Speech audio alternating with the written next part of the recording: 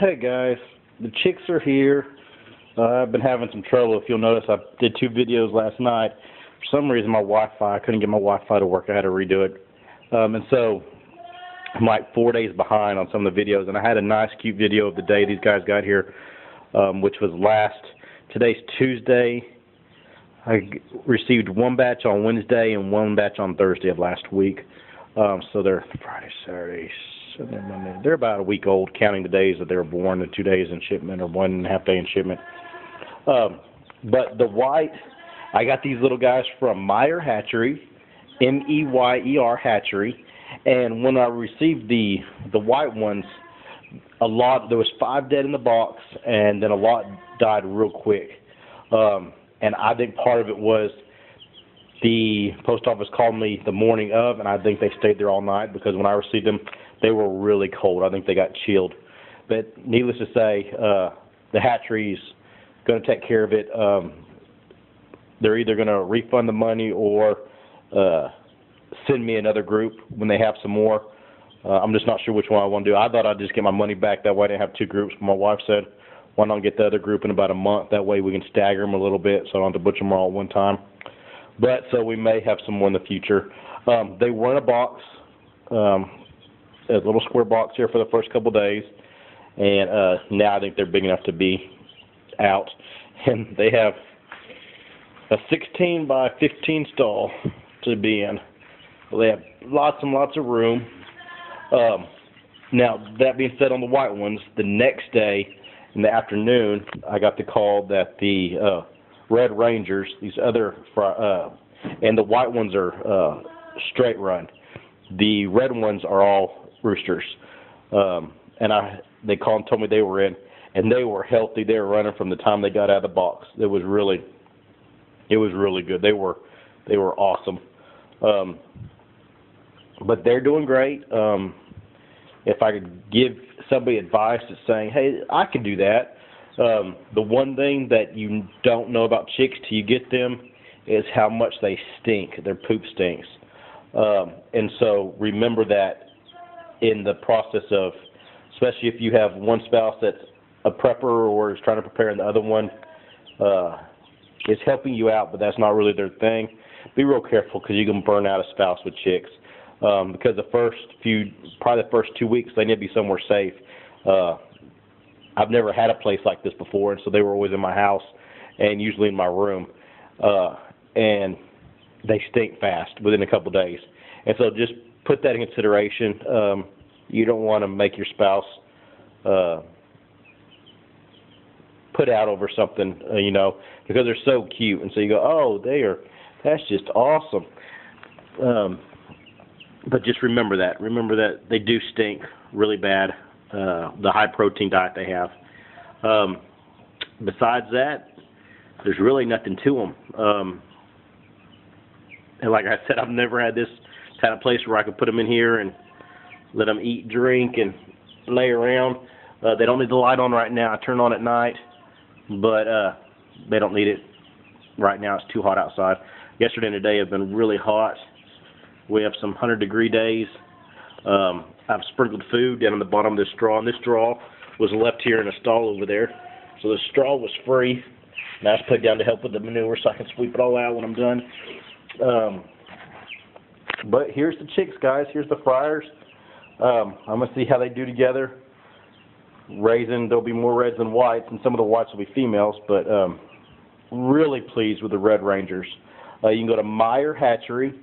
And it shows, I think it shows chicks, and then or chickens, and you click on that, and it shows meat birds, I think is what it says.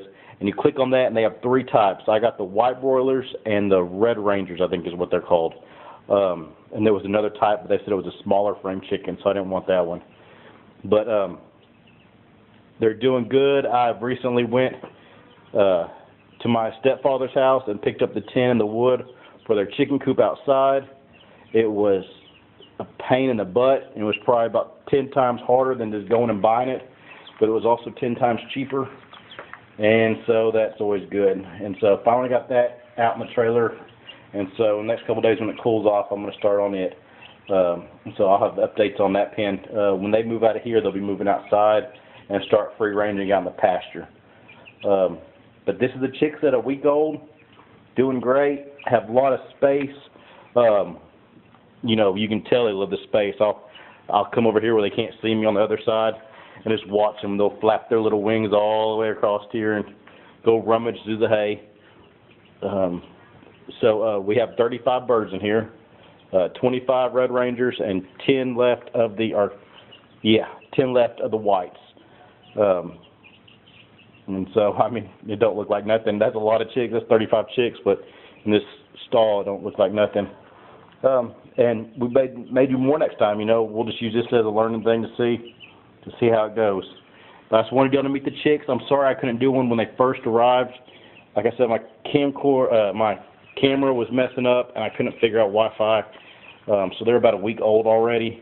But I'll try to do updates weekly and let y'all know how everything's going. And then I'll give some updates here in the next week or so when I get the chicken coop outside done. But they're doing great. Talk to y'all later, guys. Hope y'all enjoy watching the videos. If y'all can think of anything that I haven't told you or shown you, just comment and I'll see if I can do it. I'd really recommend on a smaller scale, maybe start out with 10 or 15 and just do them yourself. And just see, you know, as this process goes, we'll do the butchering process and the storing process. We figured out a good way to do chicken, and after we butcher them, I'll show that. It's you take the fresh carcass, and of course you have to put them immediately into ice water. They need to be cooled very quickly. You can hear the little girls in the background, the little goats. They can hear my voice and they're getting mad. But you need to chill them very quickly, and then once they're chilled for, let's say, 12 hours, then I boil them and get all the meat off the bones, just like you would do one from the store. And then I freeze them. I put that meat in a gallon freeze bag, and I pour all the broth off of that chicken. So all that I take out is the bones. And I pour it into a gallon bag and zip it up. And when I, shake it up a little bit, it's only about an inch high on that bag. And they freeze really easy. And then when you're ready for it, you just take it out and thaw it out. And you have a chicken in a bag with all the broth. Makes great casseroles, chicken spaghetti, anything like that. But I'll show you exactly what I made in the future. But just want to show you the chicks, and I'm sorry I couldn't get one sooner. That's about it. Show you how big the stall is as I back out. They have lots of room. And they are enjoying it, and I'm glad I'm able to let them do it. Because like I said, I've done it a lot of times where they were stuck in a little nasty box. And they are really enjoying it out here. And I put sprinkled feed all up in the grass, all up in the straw, and you'll see them scratch around looking for the feed. Because like I said in the previous video, you have to teach them now how to search for stuff. That way when they get older and I get them outside, that they'll know to scratch around and search for bugs and grubs and everything. Oh, be quiet. And then they'll do that. They'll start crying. All right, guys. Talk to y'all later. Have a great day.